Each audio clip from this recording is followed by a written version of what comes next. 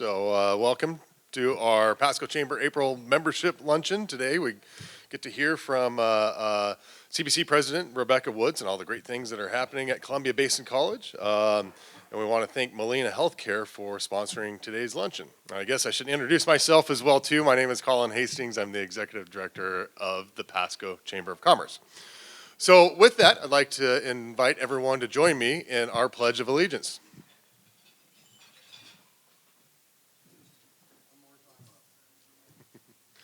I pledge allegiance to the flag of the United States of America and to the republic for which it stands, one nation, under God, indivisible, with liberty and justice for all. Thank you. You may have a seat. Before we get into the program, I do want to take a moment to introduce some guests that are joining us here today, starting with our elected officials. I know that Ashley Stubbs with Congressman Newhouse's office was supposed to be here, but I haven't seen her sneak in yet. From the city of Pasco, we have Mayor Pro Tem Dave Milne. Dave, if you want to stand up, please welcome Dave. David. And also from the city of Pasco, Council Member Melissa Blaisdell. Where's Melissa at? I know she's here. Thank you, Melissa. From the Port of Pasco, we have Commissioner Gene Reichman.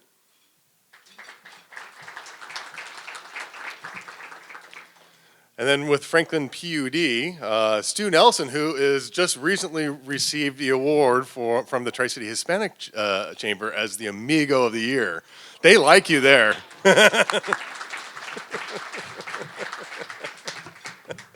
That's pretty awesome. Also want to introduce our Pasco Chamber Board of Directors as well too that have joined us today, as well as some of the past presidents. But Tim Brigman with STCU, I don't know if he's snuck in yet. James Sexton with JMS Development right back there. Delt Clark, of course, will be our MC a little bit later with Carpenter Drilling. He's our president this year. Randy Hayden with the Port of Pasco. Rob D. Piazza with Zinn's Photography. I almost said Hometown Values. That is now Mark Dades, also the owner of High Desert Solar Solutions.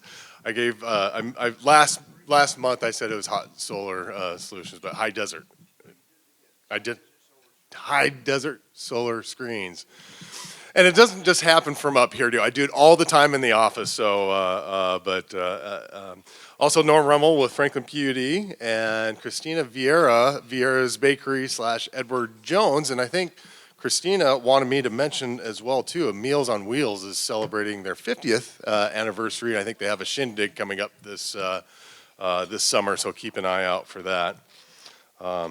Actually, I should, taking it along those points too, going into our past presidents that are here, John Schultz and Ryan Brault, Lance Hobson, and of course I mentioned Rob D. Piazza. So let's give them, I said John Schultz, he's right there. Oh yeah.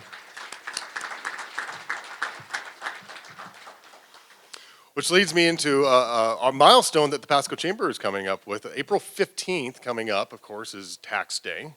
So if you haven't done that yet, make sure you have a week left, but it's also the Pasco Chamber's 112th birthday. So we don't have a float this year. Lance would be helping out if we did have a float. It's been a while, but maybe for the 125th we'll have a float again. But a couple things new with the chamber that coming up. We're really pushing for folks to consider joining us in our Sagebrush Scramble coming up June 14th at Sun Willows. Always have a really good time.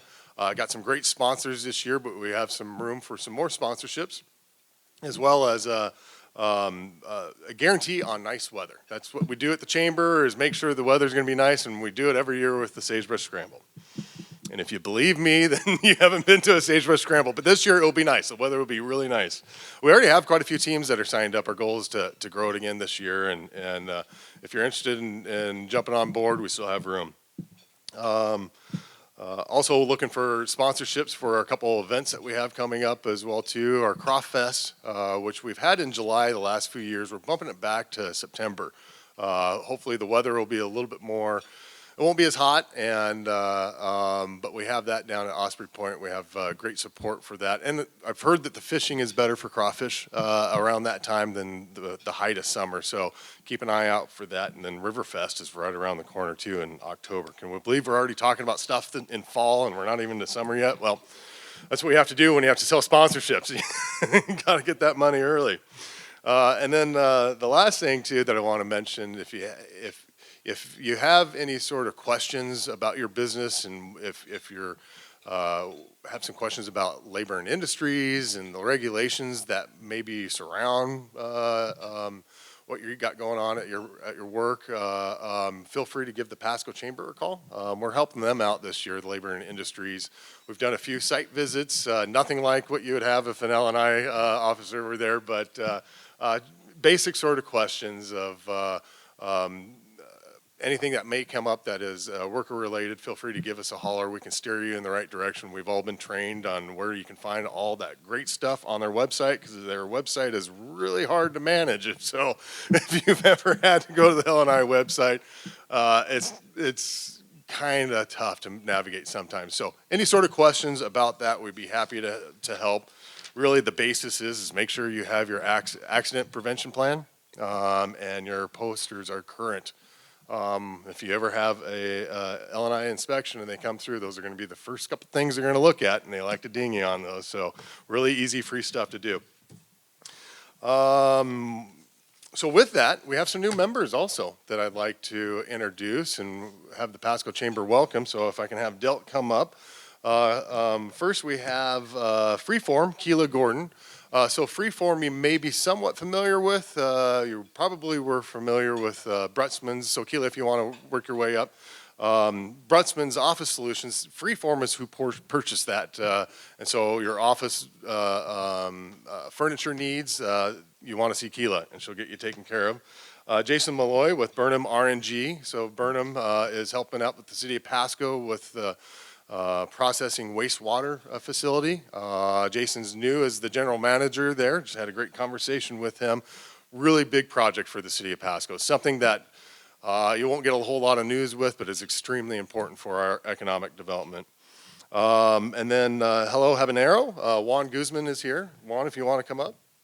Hello Habanero did our videos this year and for the Ag Hall of Fame. So did a wonderful job. Any sort of work that you need for your business and branding and filming, they do an excellent job. And they're a pleasure to work through or work with, especially for their first year helping us out. And they just they took it and ran. So, and also want to introduce his partner back there with the camera. That's Edward as well too. So with that, if you guys can get together. Oh, and we have our photographer too. So Megan, you have the day off, and Edward's going to take the pictures today. Please help me welcome the new Pasco Chamber members.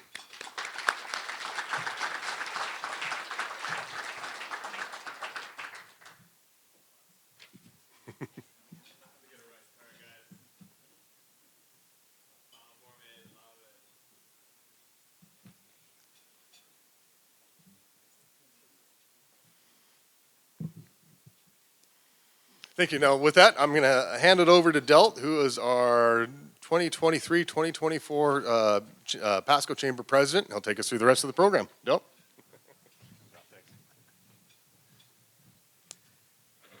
All right. Thank you, Colin. Right off, I'd like to thank again everybody for showing up. We have Community Insight, Virgie Robbins Scholarship Memorial Golf Tournament. They're going to say a few words. It's coming up here, so I think.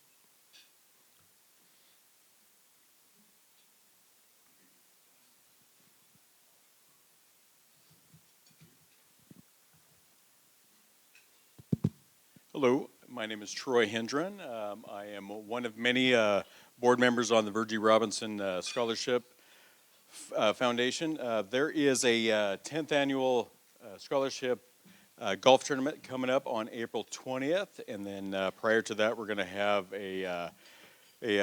on the 19th, we're going to have a silent auction. So I definitely welcome all of you to attend that, along with joining us on the 20th for the golf tournament.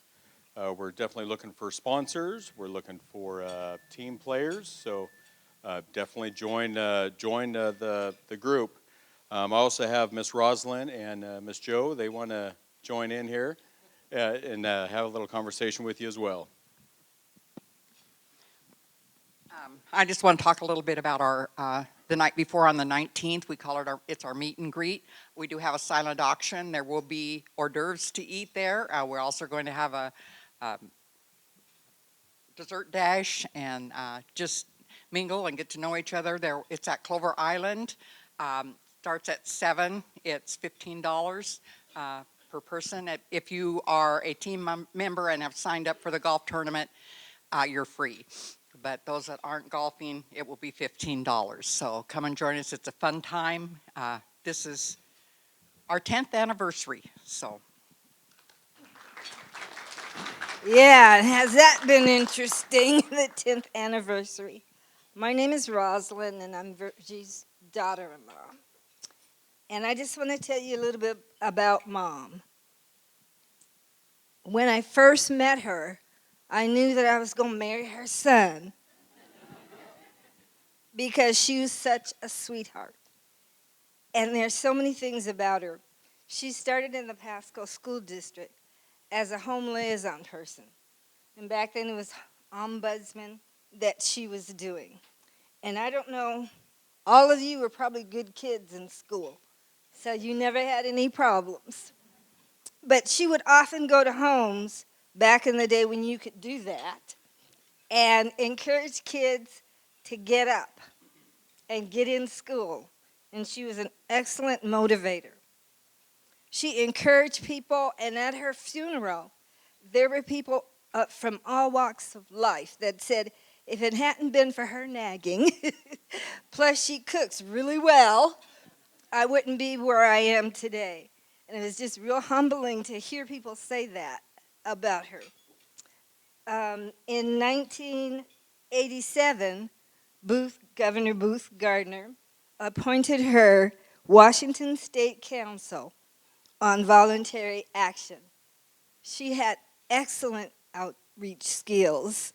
She was supportive of families from where they are, and she wanted kids to succeed. She was a real advocate that a mind is a terrible thing to waste, regardless of whose mind it is. You can learn. So I just praise her, and this is our 10th anniversary. Her son and I live in Kent, and we drive over here a lot for the meetings. But come on out if you have an auction item. I'd love to get a bike. Let us know. We'll come and pick it up. And also come out and golf. We're going to have, hopefully, cake, too, to celebrate the 10th anniversary. So get a team together. The information, you should have had some handouts at the front table. And thank you very much. You guys have a great day.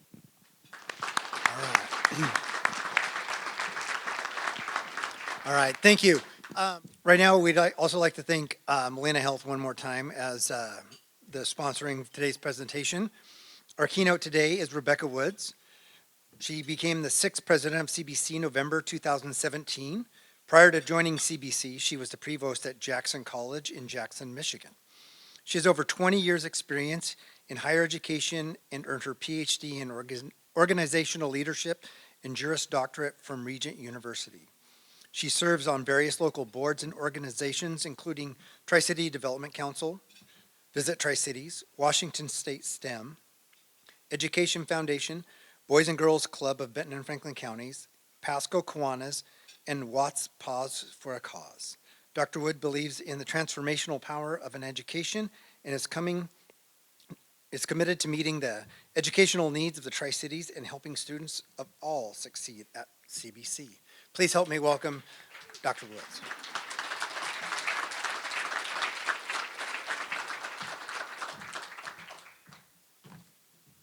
Good afternoon. Thank you so much for inviting me. It's always a pleasure to be able to come. One of my favorite things to do is talk about CBC, so this is a great opportunity for me. I want to thank Trustee Jackson for coming out to support me, as well as my colleagues, Aaron and Sarah. Thank you for being here. I love to start off these conversations with how many of you here have attended CBC or had a family member that attended CBC? Oh, I love it. That's amazing. It really is an incredible place to work, and I love the work and the impact that we have in the community. And seeing all of those hands raised is just another testament, a great testament to the work that we do. So thank you for that. All right, where's my clicker? So for those of you that want more information, our amazing marketing team has this slide here where it has a QR code, and you can click there and it takes you to our website with additional details. But as I am going along, please feel free to raise your hand if you have questions. I will certainly try to leave time for a Q&A at the end as well. So a few fast facts about CBC. We have our enrollment in 22-23, we served nearly 10,000 students. This year, we are very grateful that our enrollment is now back to actually exceeding pre-COVID. So I have some additional slides coming up, but we'll probably be closer to 11,000 as of this year. As a comprehensive community college, it is no surprise that the demographics of our student population tends to mirror what most community colleges serve, and we have a significant number of our students, 44% for this time, that are first-generation students, so students that are the first in their family to attend a college or university. We are an open access institution, so 100% of individuals that apply to CBC are accepted. We have nearly over 100 different programs that we offer at the college, including 9 different baccalaureate programs, and we have 2 more that are in process, a respiratory therapy program, as well as a new Bachelor's of Science in Computer Science. And we also offer more than 50 certificate programs. So for those individuals that want to be able to gain a workforce credential and be able to get into a job quickly, those are opportunities that we have available for them as well. We are one of 8 Hispanic serving institutions in the state of Washington. We actually have had 2. It used to be one of 6, and in just the last year or so, we had 2 more in the state that have joined these ranks. Walla Walla Community College is now considered an HSI, and I think Gather for Him, or whatever the new name is, Pacific Northwest Christian College, I think is also one. So that typically means that you have at least 25% of your student enrollment is Hispanic. We are nearly half, so we're at about 49% this year. So within the next year or so, we absolutely expect to be a majority Hispanic institution enrollment. But for us, we take this very seriously in that we are not just focused by any means on counting the numbers and the enrollments. We are truly focused on serving our Hispanic students. Our new strategic plan was built through an equity lens, and we are very intentional to make sure that we're centering their experiences and want all of our students to be successful. So our enrollment, as I touched on, this past fall, we have not just been exceeding the years prior, but are very pleased to be able to have also now exceeded where we were pre-COVID.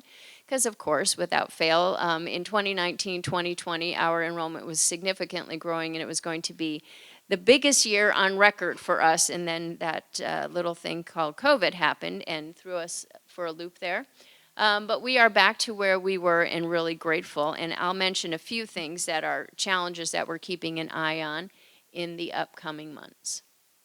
So a few demographics about our campus and our community. The majority of our students, about 80%, 85% of our students actually come from the Tri-Cities. And as again with most community colleges, the majority of our students, 80%, will stay in the Tri-Cities. So we love to talk about how we are not just training the Tri-Cities, but we are also preparing the workforce for the Tri-Cities. So our graduates are the ones that are being hired by business and industry in our community. We recently had a economic study done for the institution by a third-party entity, and love some of the findings that came out of there. Nearly $400 million of income that is added to our region because of CBC being in the Tri-Cities. We support over 5,000 jobs in the region because we're here. I always like to add that I know I personally am supporting at least one new person that's working at TJ Maxx. So I know the fact that we are here is absolutely adding to our economy.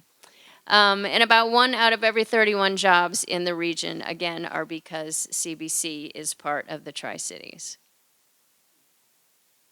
So a little bit about our students. More than half of our students come from lower socioeconomic families, and so they are considered economically disadvantaged. And we are very privileged to be able to have lots of resources available to support those students and make sure that they are not having that be a barrier for them in succeeding at college. And I'll touch on a few of those in a little bit. Breakdown for what our students are studying. So in general, we have about 40% of our students that are coming and are considered, they're in a workforce training program. So they're looking at maybe an associate of applied science, they're in one of our career and technical fields, or a certificate. So they are going to be able to complete and step right into the workforce. About another half of our students, a little more than 50%, start at CBC and they're wanting to transfer onto a 4-year degree. That can be one of the ones that we have available at CBC. That can be with one of our partners, WSU Tri-Cities being our #1 partner, or one of the other universities and college across our state or elsewhere. And about 10% of our students are in our transitional study. So they may be preparing to be college ready. They may be focusing on a high school credential. We have a couple different ways that you can get a high school diploma or a GED. They may be learning English. We have a variety of options and really wanting to be able to serve those full cycle educational needs of our students. Our amazing foundation, one of the ways that we try to eliminate those financial barriers for many of our students is the number of scholarships that we provide. Our foundation does a remarkable job in being able to give out over $1 million in scholarships each year. That is only due to the generosity, the really just fantastic generosity of the Tri-Cities. We are so grateful for so many partners that are in this room and for those that are elsewhere that really come alongside us and donate of resources that we know you have lots of asks, but we are grateful that folks invest in what CBC has and in the success of our students. So we're grateful for the great work that our foundation does in removing those barriers for our students. We have lots of other aid available as well. We have a workforce education center that I would say manages a lot of grants that come to us from both the state as well as elsewhere in being able to meet the needs of students, whether that's tuition, housing. We have lots of availability for transportation costs as well as books. Some things that folks don't know that all of CBC students, as long as they have their ID available, can ride the Benton Franklin Transit for free. We also have vouchers available for those that drive a certain number of miles.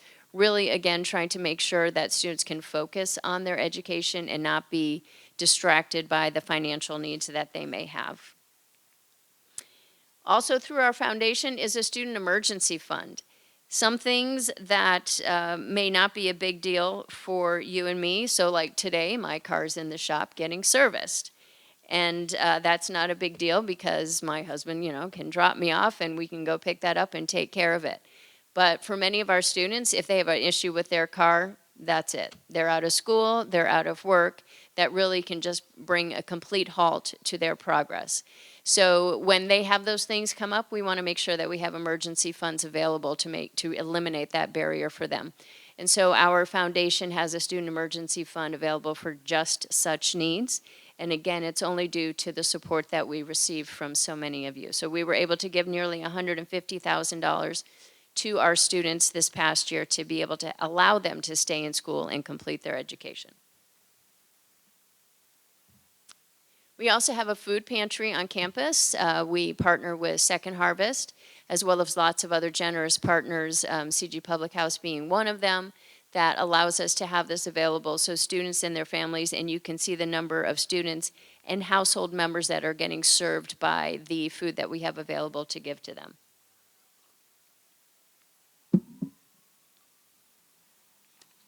Lots of academic programs and partnerships that really show our response to the business and industry in our community.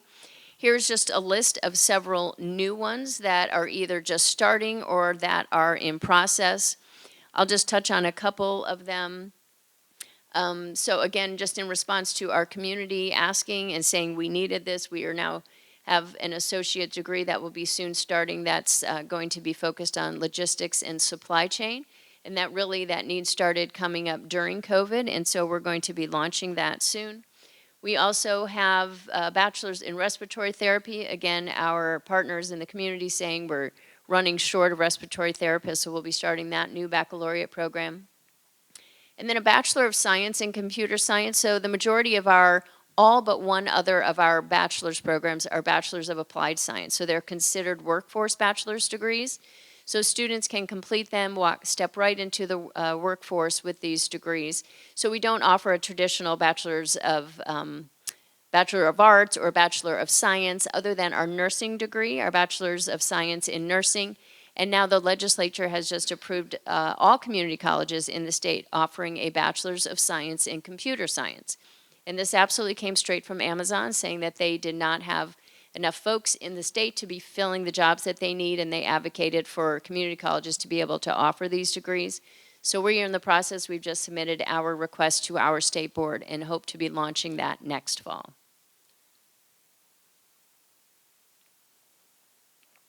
A lot of other ways that we are partnering with other educational entities as well as other business and industry in trying to meet the needs that are here in the Tri-Cities. We work very closely with a lot of the contractors at Hanford, trying to ensure that our students understand what the needs are, how they can be well prepared to be stepping into those jobs, but really exposing them to the opportunities out there. So they have a great partnership where they support us financially, as well as sending their employees to our campus to talk directly to our students, let them understand what the needs are, how they can be prepared, what the opportunities are, and really help mentor them towards those opportunities. We also, in partnership with WSU Tri-Cities as well as the Tri-Cities Regional Chamber, all collectively co-sponsor the Washington Workforce Portal. So it's kind of like a matching or like a dating app for employers and potential employees. So students that are looking for internships or part-time positions can go on there and they can get matched with employers that also have posted what their needs are on there. Work very closely with our four-year partners, WSU Tri-Cities. WSU is our #1 transfer institution. We have it's called the Bridges program, so students can apply to both organizations at the same time. WSU has one of their advisors housed on our campus full-time. So students can be getting advised from both institutions at the same time, making sure that they're getting the right advice and that they can transfer on without issue. Once they get officially admitted, they can freeze their tuition from the time they start there so they don't have to pay the increases that tend to come each year. And then we also try to make sure that all of our programs have a lot of career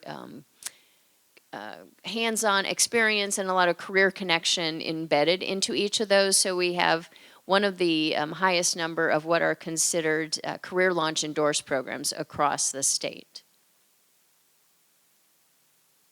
One of the things that came out of this legislative session for the Tri-Cities was the Washington State Hospitality Association was asking the legislature to approve a new center of excellence focused on hospitality. And so this is a statewide endeavor that would be a center that looks at curriculums across our state, what our needs are, if there are standard curriculums or gaps that still exist that need to be addressed, but that is going to be housed at CBC. So that was just approved, and we now have the funding to be hiring a team that will, in essence, develop this center, but again, it will be focused on what the needs are across our state. And again, this is just truly because of the request coming from the Washington State Hospitality Association. Brian Marino, who's the president of their board this year, was instrumental in making this ask and bringing this to the Tri-Cities. Some of the ways that we are working on innovating education, it may seem like this was perhaps an experience that you had when you were in college and trying to navigate the different options available in the curriculums. This is what our math curriculum looked like just not so long ago, and how many options there were for students and how confusing it was, not just for students, but for employees trying to help them navigate how to get from their starting point to completing their college level math. So we really simplified. Our faculty did an amazing job in simplifying and bringing it down to just 2 simple tracks. They were selected by Bellwether for one of the 10 programs in the country in really innovating education and getting positive outcomes for our students. So you can see, because of the work that they did, the increase in the completion rates for college level math for our students, close to 20% for non-Hispanic students and 20% for our Hispanic students. Another innovation is called iBest. So this is students that say they might need to get stronger in their English composition skills, and so instead of them having to take that class before they step into their college level English, they're able to step right into that college level English, but they have 2 instructors in the classroom that is in essence supporting them and teaching those supportive skills at the same time, but it allows them to not lose that time and that money in having to take a separate class, so they're able to stay on track with their classmates and finish their education at the same time that a lot of their classmates are as well. A few other things that we are trying to ensure that we are providing more opportunities for students. We have programs that, when it makes sense, we're offering them in Spanish. Some of those are our early childhood education classes, our forklift training credentials and certificates. We also offer a way for individuals who have come to us, not just with your standard transferring in from another institution, that's obviously easy to do, but when they have experience outside of a classroom, say they've been in business or industry for years and they have learned a lot just on the job, it makes no sense to make them necessarily sit through a class trying to learn those same things just so they can have that credential behind them. So we have a way where they can get credit for that prior learning that has happened outside of the classroom. We also have, in our newly renovated library, we know a lot of our students are parents. And sometimes they aren't able to access the resources that are available on campus because they may not have childcare available. And so we've, in our newly renovated library now, have a family study room available for them to bring their children with them and have an opportunity for them to stay engaged with services, but also have their children be taken care of as well. Some opportunities and challenges. Artificial intelligence. So this is a great opportunity for all of us. And we have a work group that is trying to kind of find that sweet spot. So how can we ensure, number one, what are the needs that employers are asking for? What skills do they want to see their employees coming with to be able to utilize artificial intelligence in the jobs that they're going to be stepping into? How can we use it to streamline some of the processes and the work that happens at the college itself? I know I'm using it for different things, but then how do we also make sure that students are using it wisely and not using it to write their papers or other things that they should be doing on their own? So we are really trying to grapple with this, and as you can imagine, with hundreds and hundreds of employees, we have hundreds and hundreds of opinions as to how these kind of things should work. So we're really working hard to try and come together to what some policies and processes should look like at the college. One of the things I mentioned earlier as we're trying to keep an eye on things that are happening outside of our control that may be impacting our enrollment, and I'm sure many of you are aware of the Department of Education releasing, and this has been talked about for years and years and years, and finally coming out with a new and improved, it's called the Better FAFSA. And so it is supposed to be a streamlined application, and more students are now supposed to qualify for federal Pell Grants. However, they had a few bumps along the way as they launched that. So it really has been a holdup for our students, and there are concerns across the country that it's going to impact enrollments, college enrollments and university enrollments this fall, again, everywhere in the United States. When we looked at this just in the last few weeks, we were, for the percentage of FAFSA completions at the same time last year, we were only at about 57% of where we were the same time last year. So we have a lot of catching up to do to make sure that students are going to be able to get through that application and not get kicked out. Some of the challenges have been particularly impactful for our student population. If you have a mixed status family, the system was kicking those students out. So a lot of patches and upgrades that the Department of Education is trying to do. We've been fortunate that we have financial aid outreach specialists that are housed in the high schools, and their whole job is to work with students and their families not to get them prepared to come to CBC, but to get them prepared to go to college or university anywhere, to get them through this application to make sure that they have all of the resources, financial resources available to them. For whatever reason, Washington State is always in the bottom 5 for the percentage of seniors that complete the FAFSA or the WAFSA. And, but we have, as a state, we're in the top 5 for the amount of financial aid programs that are available for our students. That just means that our students, our state, is leaving money on the table. And a lot of times that's the barrier. Students think, I can't afford to go to school, until they have filled out that and see how many resources really are going to be made available to them. So this is a critical thing that we are working on, as our whole country is working on, trying to make sure that we're getting students through that application.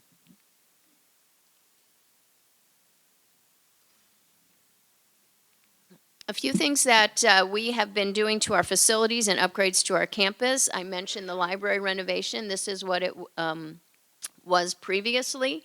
So just kind of dated and dreary looking, but now it is beautiful, wide open, additional natural light coming through, new windows, a lot of soft seating available. This was a $3 million project that included this new family study room. And again, we were fortunate to have the Women Helping Women sponsor this room to make that possible for our students. Again, just provides more access for our parents.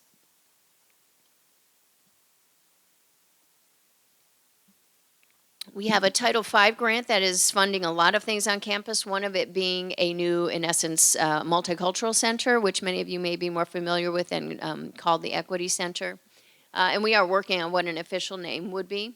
But this is a space for our students on campus. It was, we qualify for a Title V grant because we are an HSI, a Hispanic Serving Institution.